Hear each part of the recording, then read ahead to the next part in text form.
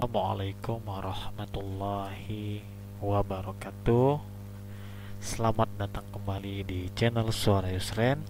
Kali ini kami akan berbagi informasi tentang pendataan non ASN yang akhir-akhir itu begitu marak. Jadi yang pertama kita bahas yaitu apa itu aplikasi pendataan non ASN. Oke, langsung aja biar nggak panjang penasaran kita. Apakah aplikasi pendataan non ASN itu? Nah, ini yang pertama ya. Aplikasi yang digunakan untuk mendata pegawai tenaga honorer atau non ASN di lingkungan instansi pemerintah yang dibangun oleh BKN, Badan Kepegawaian Negara, berdasarkan surat Menteri Pendayagunaan Aparatur Negara dan Reformasi Birokrasi atau Menpan RB nomor B-SM-SM.01.00/2022 tanggal 22 Juli 2022. Jadi baru saja dibangun oleh BKN aplikasi ini. Makanya maraknya juga akhir-akhir ini. Kemudian siapa saja tenaga non ASN? Nah, ini yang perlu kita ketahui, yaitu tenaga honorer atau THK2 yang terdapat dalam database nasional Badan Kepegawaian Negara atau BKN. Dan tenaga non ASN itu adalah pegawai non ASN yang telah bekerja pada instansi pemerintah. Nah, ini yang perlu kita garis bawahi, instansi pemerintah. Jadi yang di swasta tidak termasuk dalam pendataan non ASN ini. Itu syarat pendataan non ASN. Nah, jadi banyak nih yang masih bingung kan apa-apa aja syaratnya. Jadi syaratnya itu apa saja syarat pendataan non ASN? Yang pertama, masih aktif bekerja di instansi pendaftar non ASN, jadi harus masih aktif. Yang kedua, mendapatkan honorarium dengan mekanisme pembayaran langsung yang berasal dari APBN untuk instansi pusat dan APBD, oke itu balik ya, untuk instansi daerah, dan bukan melalui mekanisme pengadaan barang dan jasa baik individu maupun pihak ketiga. Kemudian C, diangkat paling rendah oleh pimpinan unit kerja. Yang D, telah bekerja paling singkat 1 tahun pada tanggal 31 Desember 2021. Jadi bukan saat ini 1 tahunnya, jadi 1 tahunnya di tanggal 31 Desember kemarin. Kemudian setiap persyaratan ini harus dipenuhi dalam pendataan non ASN. Jadi harus masih aktif, dapat honorarium, diangkat paling rendah oleh pimpinan unit kerja, dan terakhir paling singkat bekerja 1 tahun pada tanggal 31 Desember kemarin. Jadi bukan sampai saat mendaftar, tapi tanggal 31 Desember 2021 kemarin. Oke, jika masa kerja terputus, karena dalam pekerjaan kadang kita dikontrak 3 bulan putus kerja baru kontrak lagi. Oke, lanjut saja kita pada pembahasan. Contoh kasus masa kerja terputus. Budi bekerja pada instansi X dan digaji menggunakan APBN atau APBD. Budi masih bekerja sampai saat ini pada instansi X dan usia masih 30 tahun per 31 Desember 2021, tetapi memiliki masa kerja sebagai berikut. Lihat tabelnya sebagai berikut. Statusnya bekerja di sini. Lama bekerja yaitu Januari sampai Maret 2020, berarti 3 bulan pembiayaannya APBN. Kemudian Budi tidak bekerja April sampai Agustus, berarti 5 bulan tidak bekerja. Kemudian bekerja lagi di September 2020 sampai Desember 2020. September sampai Desember itu 4 bulan. Kemudian Budi bekerja lagi Januari sampai Juni dengan APBN, Juli sampai saat ini mekanismenya pengadaan barang dan jasa. Berarti mekanisme APBN, ini APBN dan APBN ini dibayarkan selama 3 bulan ditambah 4 bulan ditambah 6 bulan sama dengan 13 bulan atau 1 tahun 1 bulan.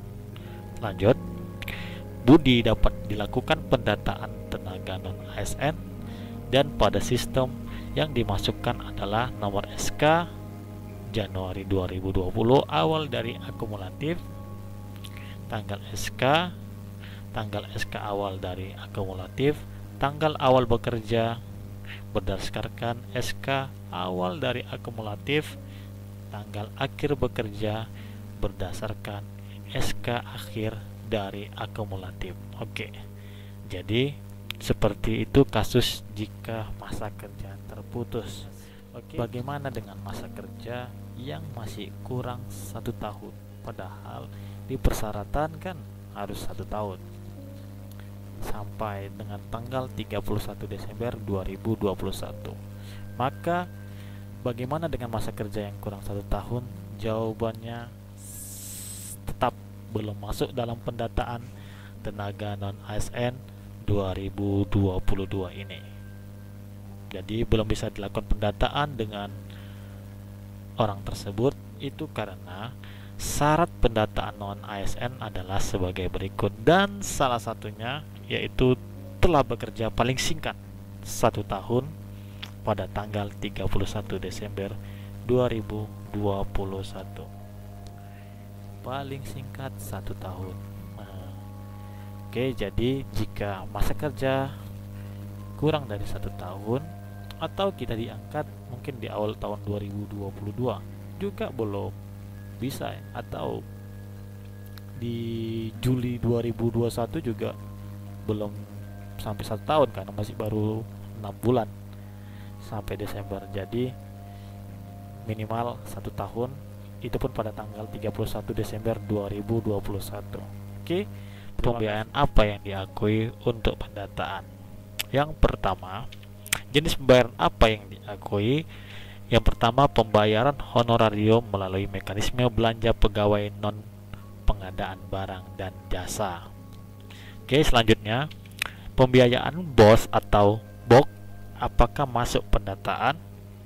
Untuk pembiayaan yang menggunakan BOS, bantuan operasional sekolah ataupun BOK, bantuan operasional kesehatan dengan persyaratan bahwa jabatan saat ini dibayarkan atau digaji untuk jabatan ASN seperti guru ataupun tenaga kesehatan, maka termasuk dalam pendataan tenaga non-ASN ini.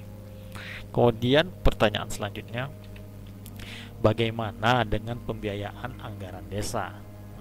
Jika pembayaran honorariumnya dengan anggaran desa, pembiayaan melalui dana desa tidak masuk pendataan karena dana desa tidak bisa digunakan untuk pembayaran gaji bulanan dan tidak dapat digunakan untuk membayar honor tenaga non-ASN.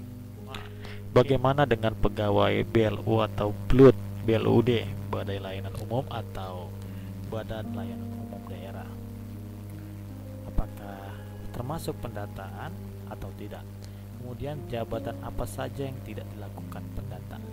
Ya, kan kita bahas satu persatu. Yang pertama, bagaimana dengan pegawai BLU atau BLUD? Saat ini belum dilakukan pendataan tenaga non-ASN untuk tenaga non-ASN yang bekerja pada BLU atau BLUD. Jadi pegawai Badan Layanan Umum atau Badan Layanan Umum Daerah tidak atau belum dilakukan pendataan. Mudah-mudahan kedepannya dilakukan pendataan oleh BKN. Amin. Selanjutnya, jabatan apa saja yang tidak dilakukan pendataan? Berdasarkan surat yang membahas ini dari Menpan RB, bahwa petugas kebersihan, pengemudi, satuan pengamanan, dan bentuk jabatan lainnya yang dibayarkan dengan mekanisme alih daya atau outsourcing bukan merupakan tenaga non-ASN. sehingga tidak dilakukan pendataan. Berdasarkan surat Menpan RB nomor B-M/M/02.03/2022 tanggal 31 Mei 2022. Oke. Jadi itu dia tadi, ternyata tugas kebersihan pengemudi satu pengaman ataupun jabatan outsourcing bukan merupakan pelanggaran ASN sehingga tidak dilakukan pendataan. Oke, terima kasih. Jika ada yang ingin ditanyakan atau informasi yang mau diberikan, silahkan di kolom komentar, like, share, dan komen video ini. Assalamualaikum warahmatullahi wabarakatuh.